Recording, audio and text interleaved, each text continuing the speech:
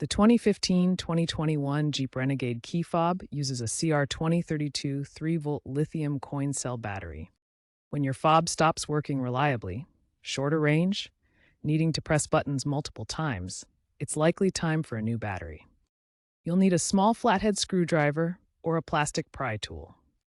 Gently pry open the fob casing. Be careful not to scratch the plastic. Remove the old CR232 battery, noting which side is up plus. Insert the new CR232 battery with the positive side facing up. Snap the fob casing back together securely. Test the fob to ensure it's working properly. This simple DIY task saves you money compared to dealership replacements, which can cost $50 to $100.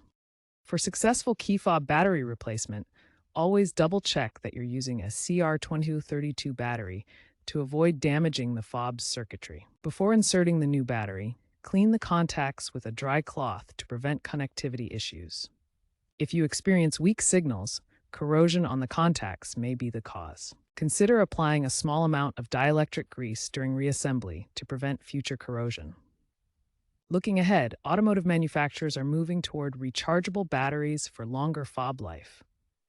Key fobs may integrate with smartphone apps like Jeep's Uconnect, potentially making physical batteries obsolete. Proper recycling of used coin cell batteries helps reduce environmental impact, with trends favoring rechargeable options to cut e-waste.